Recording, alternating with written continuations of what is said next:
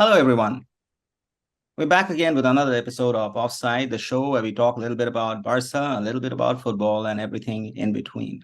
The good news is that transfer season's over, which means that we can go right back to the football, which we enjoy a lot more than transfers, even though I must say transfer season comes with its own excitement. And in true Barca fashion, Barca left their transfers till the last minute of the last day of the season. And by midnight, with the pizza boxes, I think we got all the loans and signings done, which is great. And it seems like with 3.4 million in transfer fees and over 104 million in player sales, Barca has come out of this window looking like winners. Whether they will be winners or not, only time will tell. But given our financial fair play situations, I think this was the best that Barca could have done within this transfer window. So it looks like Barca has scraped the barrel and come out with some gems like Oriol Romeu, or gems like Ilkay Gundogan and Inigo Martinez, and the two Joaos, because why have one when you can have two? Joao Felix and Joao Cancelo. Both the Portuguese players are on loan with Barca this season, and on paper, it seems that they will be able to give Barca some of that attacking threat, that attacking bite, and solve the right back problem, which we have had for ages, which should help Barca, especially in Europe. But only time will tell whether that comes true or not, or whether Xavi can actually unlock the team to play it in that manner.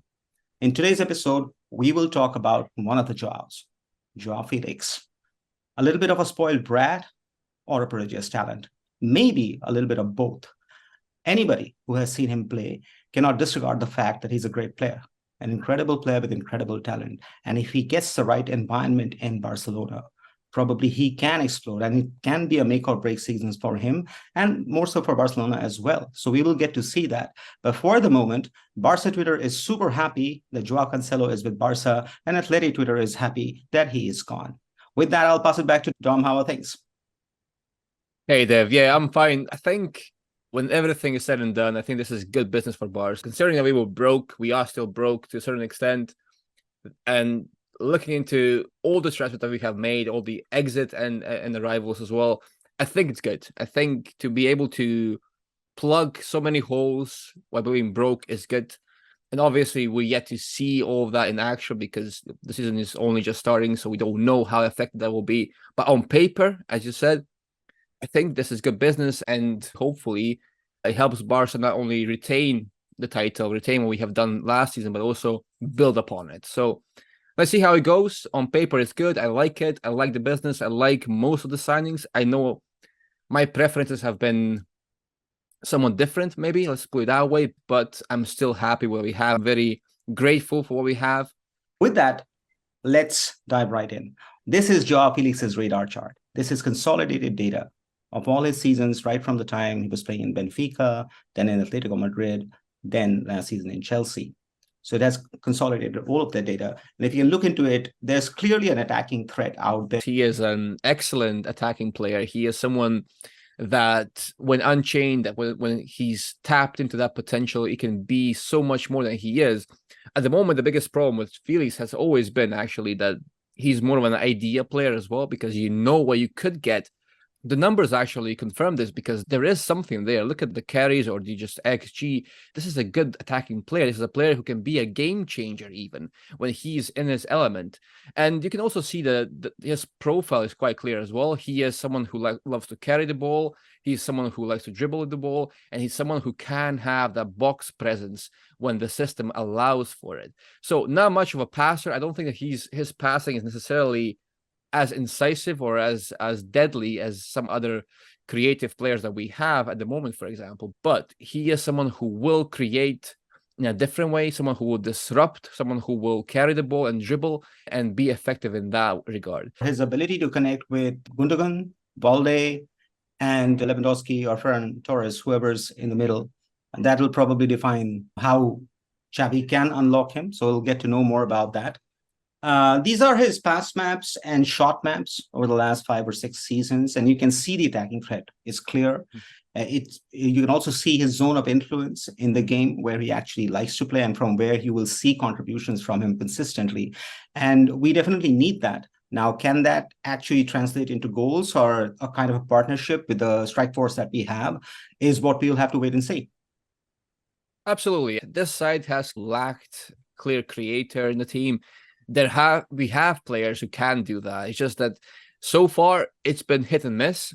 And with Cancelo arriving on the right side and then Felix on the left side, you have two of the players who have the capacity to actually change the course of the game through their creativity. And Felix is one such player because, and you can see here the two clear zones that you mentioned, zones of influence at the left half space and also a deeper area, which is coincidentally exactly what I'll talk about later on when we move on to the tactics board. So this is a perfect segue into that because he is a player who likes to roam, who likes to be effective across the pitch, and he likes to be free in his movement and his actions, but he also has his preferences, and his preferences can be seen in these graphs right here with his passing on the left, and then he has the box presence to make those runs from the deep, arrive in the box, move really well inside the box, and then potentially, hopefully, finish the chances. I just wanted to call out the percentile, especially in the expected goals, the non-penalty XG, the non-penalty XG per shot, and so on. And you can see it's right there at the top, 97, 97, 96. These are serious numbers right at the top of the league among all players. So that's something that Barca definitely lacked this for sure. And if he can produce this within this setup, just like you said, Dom, that would definitely be a lot of help for Barca, especially in those low block games or even in Europe where we struggle mostly or have struggled till last season. I think this more or less lines up with what we know about Felix and what we think he can do. Now, I think that the numbers may be a bit bloated or maybe a bit increased due to his Benfica days because that's when he was I would say that's when he was at his best, or maybe the setup and the environment fitted him the most, because ever since he's been at Atletico, who have been up and down with their style of play because they do play in a different way that doesn't necessarily align with Felix's own strengths. He can be effective, as you have seen, but it's not the environment that's perfect or optimal for him. And then there came Chelsea, they've been a mess ever since a couple of seasons back. So I think that also wasn't an environment in which he would actually show what he's capable of. Now, can he do that at Barca? Because Barca are not as stable as they should be, perhaps, but they will offer Felix a bigger platform to perform, I feel like. So maybe these numbers will actually be reflected in his current form as well. Hopefully, we get to see that again, get to see that talent, that potential kind of pop out once more. And if Xavi can do that, then we're actually getting a really good player. Nice segue to this chart, which clearly shows the kind of player Felix can be if you look at the Benfica numbers. Then 2019, Cholo Simeone comes in, 2022, 21. Both seasons, he actually improved in his Atletico goal discourse, I would say, over time. But definitely that was a very different setup for him to play. I think even with less game time and limited chances and a very suboptimal environment, very suboptimal structures and systems around him, he can still produce these moments of magic, and kind of individual quality shines through all the cracks that have been present in the teams that he's played for. What he brings is that dose of creativity that, as we have mentioned, not necessarily always in the final ball, though. I think, yes, that a lot of the chances that he creates, they can end up as assists. Absolutely. That's absolutely the case, especially if you have players like Lewandowski or players like Ferran Torres, even. That can translate to pure assists. However, I think that his creativity can also be in the way that he disrupts the opposition's defensive structure. So might create the environment for Barca to create the chance. So maybe second assist or third assist, because he will create the platform on which Barca can then create the final ball. I'm very interested to know how he links up with Vitor Roque by the time Vitor Roque comes. But enough with stats. Let's talk about formations. What does it mean for the team? How does Xavi bring it all together? Is he an automatic starter? Does he take a little bit of time to get used to Xavi's way of playing and Barca's way of playing? And let's go deeper into that. Now, this is, again, a formation that's just on paper because we know how Xavi's teams move, how they morph the system, and how they like to create different formations from the starting formation. However, I've outlined some of the key things up there that we have to keep an eye on. Now, he has a very large zone of influence. You already mentioned this. He has some of his preferences, of course, but he is a player who likes to have freedom. He likes to have freedom of movement and actions, which means that he will not only be here, but he will likes to drop deep. He likes to move into the half space, and he even likes to roam across the pitch and be effective even on other sides. However, there is a couple of things that we have to remember here is that he has preferences. Now, he is a very inverted type of player, which means that he will most likely be found in this pocket right here. The left half space is where Felix likes to cut into. And this is where most of his passing, incisive passing, and his dribbling comes from. He likes to be in this pocket right here, where he can be, sorry, I'll just move it a little bit here, where he can be close to goal, but also in his inverted profile that will allow for the overlap and allow for him to make combinations with the players that are next to him. Now, in this area right here, you have to provide Felix with opportunities to first overlap, and then have players who will attack the box, players who will move inside the box right there, and players who will be close to him for link-ups. So he has that in him to move the ball from this area into space, into runners, and into players who are right next to him. So in this situation right here is where we find most of Felix's best and most dangerous actions. And there's a couple of things that he can do from here. He can obviously distribute because he is a distributor, but he can also be someone, a disruptor, because he can receive the ball from deep, let's say from this player. He can turn with the ball and dribble into the box. That's what he can do. That's what he likes to do. And that's where he can create space for himself, but also for others. Because when Balde comes here, or maybe Lewandowski drifts here, Felix can come closer. Just remove this. He can come closer and combine higher up the pitch with the players that are in his close vicinity. This is a bit of a busy map, but because Felix is a busy player, he's a player who does a lot of things, and he likes to have the freedom to express himself and do these things. Now, the second scenario here, what he likes to do, let's just reset the board real quick. So the first area of influence is the left half space, but the second one is actually much, much deeper. So Felix likes to be in the half space, that's absolutely fine, but he also likes to be deep. He will often be the ball to feet player, which means that he will drop, receive the ball to feet. Let's just put this player right here. He will receive the ball in this area right here, and he likes to stay deep. If he receives deep, he can burst back into space, back into the box. He can do that, but most likely he will be the player who likes to stay on the ball and stay in deeper areas and then distribute the ball forward. So that means that from this area right here, just outside the halfway line and in his own half of the pitch, he will be the distributor into the players to progress play through short, well, actually medium or long range passing. So that's what he can do from this area. He can also dribble from this area, but a big caveat here is that it seems, at least according to the numbers, that when he drops deeper and starts to dribble, things get a bit messy because he is a good dribbler, but this is very risky play. And if you lose the ball here, that puts the whole team into jeopardy. Now you have a runner in De Jong who loves to run, and you have Felix who likes to run deep, who likes to drop deep and then take the ball and do the same thing. How do you manage a situation like that?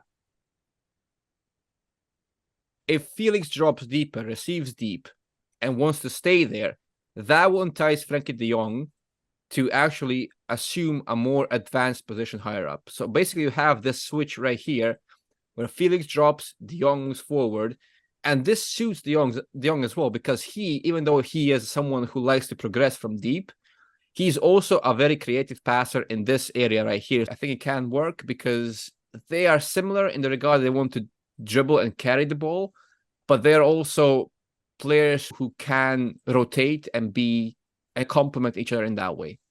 Also, our rest defense isn't the best, probably, I would say. Yeah, probably if you have Felix deep, you need to have someone like maybe Romeo sweep right next to him. And of course, have these two center backs can create that triangle, maybe even have Cancelo in this pseudo double pivot role where you have more compactness in this middle third. So we'll see how that goes. But there is one more scenario here that I would like to discuss before we move on. And that is his wide starting position, because so he will start in this area right here. This is the kind of the third zone of influence that I would like to mention, but this is only a starting position. So he will be here in this area, so wide on the left side of the pitch in, let's say, the first or the second phase of build-up. He likes to receive the ball from the deep in this area because he will drop and receive the ball to feet somewhere around this area. And then from there, he can distribute the ball. Of course, he can pass the ball. But what he likes to do, he likes to carry the ball inwards and forward. So again, to this left half space, but he will start wide, receive the ball to feet in a slightly deeper area, and then cut inside into the half space, or maybe even beyond the half space in a more of a roaming kind of role, and then play make from there. And that allows, when he moves into this position right here, maybe a deeper position, that again allows for Balde to go on the outside and man the flank right there. So this is, again, the scenario in which he will have the freedom to do that, to express himself and move into the more central areas where he likes to be, where he likes to position himself. And then from there, he likes to create. Final question, Dom. Yes. In all these formations, all the three formations that we just talked about, do you think that it helps us, A, in unlocking the low blocks that we are going to face throughout the season?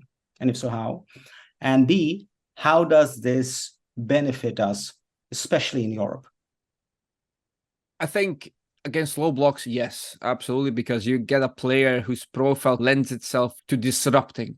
And if you have a deep, tight block, and Felix is someone who can create on his own, create space for others through his dribbling or his passing, then yes, absolutely, that can help you unlock a deep block.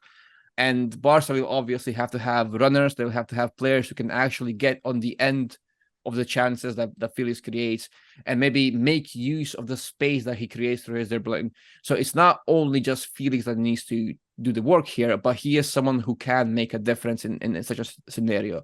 Will it benefit us overall? I think so. I think having that left-sided creator is something that has been missing, something that maybe some people would say is the missing part of the jigsaw.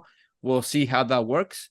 I feel he is still more of a creator, but I still would like to actually discuss his false nine position and his outlet tendencies. But if he's the false nine, now this is very interesting because he obviously needs two runners. He needs players who will exploit the space, because he will most likely, sorry, let me just do this. He will most likely drop into this area right here. So the zone 14, the famous zone 14, is the central zone just outside the penalty box. Now, when Felix drops deeper, he likes to operate in these areas right here. This is where most of his shots come from, and this is where most of his deadliest passes will come from.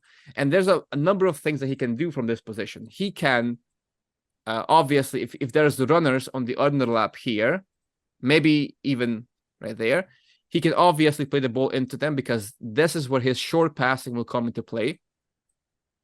And he can send those runners into the box, but he can also do short layoffs. For example, maybe this player plays the ball into him, and he then quickly lays the ball into the third man, which we've seen Xavi do, and then he darts back into the box and then occupies the box and scores the goals.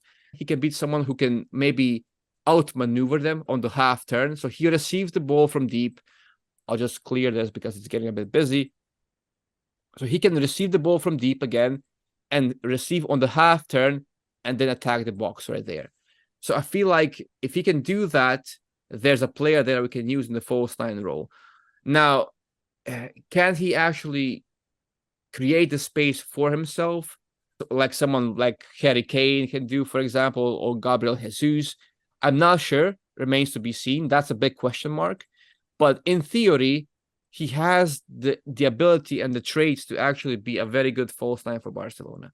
But there is actually, before we finish, one more thing that I want to discuss, and that's Felix in this more deeper role when Barca are pinned down, where Barca actually have to defend deep, or maybe if Barca want to get out of a press, let's say that they defend in a 4-4-2, or maybe they are actually getting pressed by the opposition and they have to drop deep and look for outlets out wide, or maybe outlets higher up the pitch.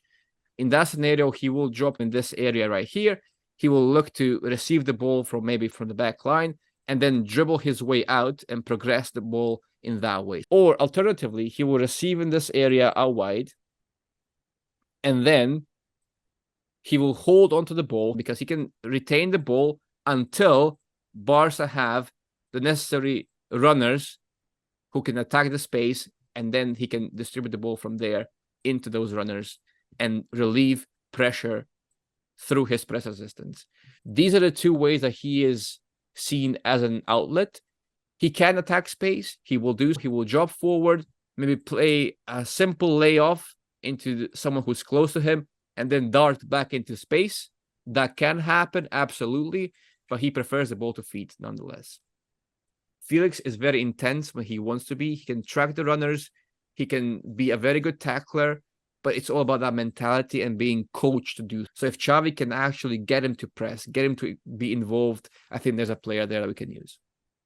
That was it. One player, 5 different ways or 6 different ways that he can play. We don't know what it will be until we see the game. And that's what remains to be seen, whether this is the environment where Felix can be Felix, or the Benfica Felix, or the promise of Felix. We'll get to know more about that as the games progress through the season. That's it for today. In the next episode, we'll talk about the other Joao, Cancelo. Till then, watch this one. Let us know about your feedback and tune in.